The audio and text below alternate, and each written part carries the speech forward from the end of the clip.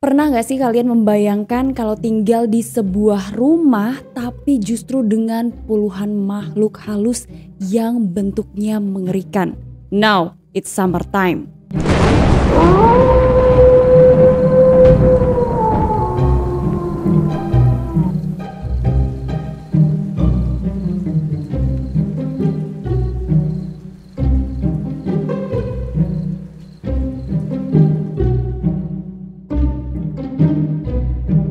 Hai halo Delvers, ketemu lagi sama aku Tamara Delv. Nah di video ini aku bakal menceritakan lagi kisah horor yang dialami oleh salah seorang Delvers namanya Tias.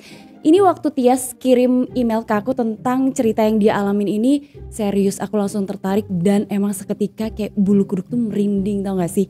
Nah coba kalian bayangin ketika satu keluarga tinggal di satu rumah, tapi mereka justru bukan cuman dengan anggota keluarganya masing-masing, tapi dengan puluhan makhluk tak kasat mata. Nah kisah mengerikan ini dialami sama Tias dan keluarganya di sekitar pertengahan tahun 2022 yang lalu. Jadi kisahnya dimulai ketika kakek dan neneknya Tias meninggal dunia. Nah karena papanya Tias ini anak tunggal dan pekerjaannya mengharuskan ia dan keluarganya pindah-pindah keluar kota, sampai-sampai mereka sebenarnya memutuskan untuk ngontrak rumah. Nah setelah kakek neneknya meninggal, mau tidak mau rumah yang ditempati kakek neneknya akhirnya ditempati oleh Tias dan keluarganya. Nah pindahlah mereka ke sana dan semuanya nampak normal awalnya. Nah jadi aku jelasin dulu posisi rumahnya nih. Dari mulai carport, terus ada teras, masuk adalah ruang tamu. Sebelah ruang tamu itu kamar pertama, kamar yang dipakai sama kakaknya Tias namanya Rio. Dia itu masih SMA kelas 3 waktu itu. Nah di depan kamarnya Rio itu ada ruang tengah yang nyambung sama ruang makan. Di sebelah ruang makan itu ada kamar kedua yang dipakai sama Tias dan Ayu. Dan setelah ruang makan itu ada kayak gang yang dipakai untuk dapur. Mentok sedikit adalah kamar mandi, dan di sebelah kamar mandi itu ada kamar ketiga atau kamar utama yang dipakai sama orang tuanya Tias. Nah singkat cerita, setelah 1 bulan mereka tinggal di sana semuanya masih normal. Walaupun memang ada kayak perasaan-perasaan gak enak lah gitu. Tias tuh kayak suka ngelihat sekelebatan, tapi kan itu hal yang biasa. Sampai kemudian ada beberapa hal yang mengerikan terjadi dan dialami banget sama Tias. Kamu bisa bayangin gak sih, jadi Tias tuh ceritain sama aku kalau dia ada suatu malam pernah mau ke kamar mandi. Nah karena lampu di ruang tengahnya itu harus dinyalain kalau dia mau ke kamar mandi dan posisinya ada di seberang kamarnya Tias. Jadi kadang-kadang dia lari gitu dari kamar ke kamar mandi. Pernah suatu malam waktu dia mau buka pintu kamarnya, tiba-tiba aja dia kayak dengar ada orang di ruang makan lagi makan tapi jumlahnya kayak banyak. Karena dia bisa dengar suara sendok yang kena ke piring. Awalnya dia kayak mikir apa mungkin itu orang tuanya gitu, tapi gak mungkin jam 2 malam. Nah belum lagi Tias pernah katanya siang-siang di rumahnya sendirian, bener-bener sendirian, gak ada hujan, gak ada angin. 2 foto yang ditempel di tembok pakai frame kayu itu tiba-tiba aja jatuh. Padahal mustahil menurut Tias, gak mungkin foto seberat itu jatuh. Nah tapi yang paling aneh kata Tias, jadi ada TV kan di ruang tengahnya yang menghadap ke ruang makan. Nah waktu dia lagi tidur-tiduran di sofa ruang tengah itu, dia ngeliat dari pantulan TV yang mati itu ada perempuan di belakangnya, jadi pakai daster, rambutnya sebahu, dasternya tuh warna putih, terus ada kebiru-biruan sama keijo-ijoannya. Tapi pas dia lihat ke belakang gak ada siapa-siapa. Mulai kan ketakutan, tapi dia masih mikir kayak itu hal yang biasa. Ya mungkin aja dia salah lihat. Sampai ada beberapa kejadian aneh lagi berikutnya. Nah pernah lagi nih ada satu kejadian waktu papa mamanya itu nelfon Tias. Mereka lupa bawa kunci dan mereka kemungkinan pulang jam 10 malam karena abis dari luar kota. Nah makanya Tias sama Rio tuh gak tidur dulu tuh. Mereka nungguin di ruang tengah nonton, tapi Ayu udah tidur. Nah tiba-tiba aja sekitar setengah 10 malam Tias sama Rio itu denger bunyi pintu pagar yang didorong keras banget. Nah karena mikir itu orang tuanya yang pulang, Tias sama Rio langsung jalan ke ruang tamu kan. Tapi gak tahu kenapa kata Tias kok kayaknya aku pengen banget ngintip di jendela dulu nih sebelum buka pintu. Pas ngintip ternyata bener aja, selain gak ada suara mobilnya, pintu pagarnya juga masih dalam kondisi tertutup. Nah dari situ udah mulai kayak ini ada sesuatu yang gak beres deh kayaknya sama rumah ini. Tapi lagi-lagi Tias kayak mikir ya udah sih mungkin itu pagar tetangga yang lagi dibuka juga dan suaranya mirip. Udahlah, hari demi hari terus berjalan, tiba-tiba aja suatu malam Tias katanya besoknya ujian. Jadi dia belajar sampai sekitar jam 11 malam tuh. Nah jadi di atas meja belajarnya Tias itu ada dipasang kayak kaca es. Jadi biar matahari masuk tuh. Sebelah kirinya adalah tempat tidurnya Tias sama Ayu. Dia lagi belajar tuh katanya. Terus tiba-tiba aja dia kayak ngedenger sesuatu benda yang jatuh ke atap kamarnya. Dia kayak mikir apa kalaupun iya ada yang jatuh, tapi apa? Karena atasnya kan langsung genteng. Jadi dia gak ada mikir apa-apa, tapi tiba-tiba aja kayak dia pengen lihat gitu ke atas.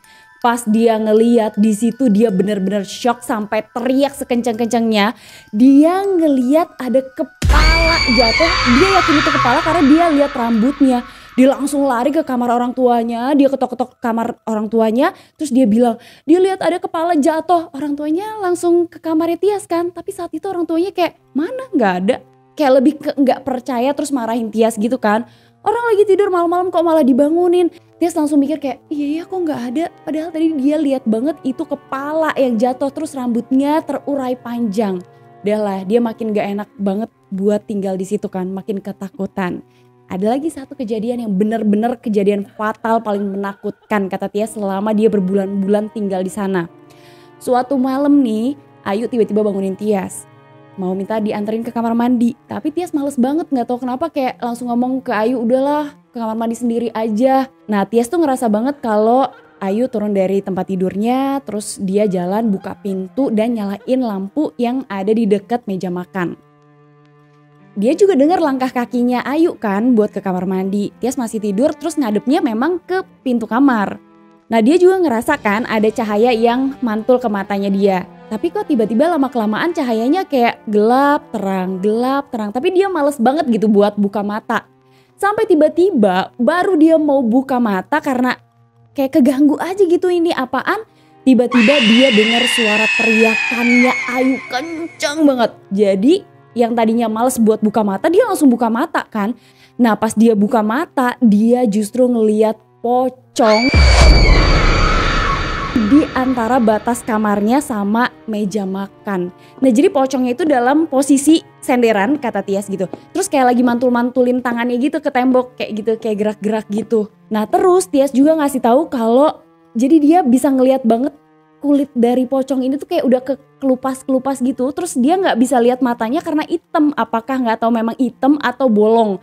Tapi dia cium bau anyir bau banget dan dia bisa ngejelasin ke aku kalau kain kafan yang dipakainya tuh udah dalam kondisi yang kotor banget, udah gak ada putih-putihnya sama sekali dan udah lecek banget. Tias sama Ayu kan masih teriak kenceng tuh, Rio keluar dari kamarnya. Nah dia langsung ngeliat terus lari nyalain lampu di ruang tengah, tapi udah gitu hilang pocongnya. Nah Rio tuh langsung lari ke kamar orang tuanya terus manggil orang tuanya datang lagi terus kayak ini kenapa sih kok malah teriak-teriak tengah malam? Malah dimarahin lagi dong anak-anaknya. Terus Rio bilang lah, Rio lihat ini, Tias lihat ini. Tapi orang tuanya malah bilang, gak mungkin, gak ada yang kayak gitu. Hantu tuh gak ada, jadi gak mungkin kalian lihat yang kayak gitu-gitu. Kebanyakan nonton film horor sih. Orang tuanya malah ngomong kayak gitu. Malam itu juga Rio langsung nelfon tantenya, adik dari ibunya. Dia minta dijemput karena dia udah gak tahan banget. Nah Rio tuh sempat nyeritain dulu sama papanya kalau sebenarnya bukan cuma Tias sama Ayu aja yang ngeliat hal-hal kayak gitu. Tapi dia juga malah menyaksikan sendiri waktu dia tidur di kamarnya itu tiba-tiba aja dia ngeliat pocong di sebelahnya. Kayak lagi goyang-goyang gitu. Terus dia sering banget dengar ada suara-suara orang di dalam kamarnya padahal gak ada siapa-siapa, gak ada TV juga. Jadi dia juga takut tapi dia gak ngomong. Gak kayak Tias yang beberapa kali ngomong ke orang tuanya dan gak dipercaya. Nah setelah nunggu sekitar setengah jam 2-an mereka dijemput nih sama tantenya sama omnya. Orang tuanya masih kesel gitu kan, ya udahlah nggak apa-apa besok hari libur kata orang tuanya gitu. Pergilah nih Rio, Tias, Ayu sama tantenya dijemput. Mereka pergi sekitar setengah jam setelah Rio dan adik-adiknya ini nyampe di rumah tantenya. Tiba-tiba pas mereka mau tidur, pintu rumah tantenya diketok, kenceng banget. Pas dibuka ternyata itu papa sama mamanya Tias. Mereka dalam kondisi yang kayak shock banget. Udah gak bisa ngomong, mereka ketakutan. Ditanya lah sama Rio sama tantenya loh. Kenapa kok bisa nyusul? Kayaknya baru aja mereka nyampe gitu. Terus papanya cerita. Jadi setelah anak-anak pergi nih, papanya kunci pintu kan. Papanya duduk nih di sofa ruang tengah. Terus tiba-tiba dia ngerasa kayak ada makhluk besar gitu duduk di sebelahnya dia. Dan dia juga ngeliat kalau sofanya mulai turun gitu. Tapi karena dia gak ngerasa ada hantu atau lain sebagainya dia cuek aja. Ibunya juga ngeliat nih, mamanya juga ngeliat. Terus kayak mulai aneh. Mamanya bilang, udah aku mau tidur lagi. Pergilah ke kamarnya mamanya. Waktu papanya Tias baru jalan beberapa langkah nih mau matiin lampu tengah. Terus tiba-tiba dia ngeliat kayak ada yang jalan gitu loh di belakangnya. Kayak sekelebatan gitu. Karena gak terlalu cepet gerakannya, dia langsung ngebalik nih papanya. Langsung ngebalik. Terus dia bilang, dia lihat pocong terbang.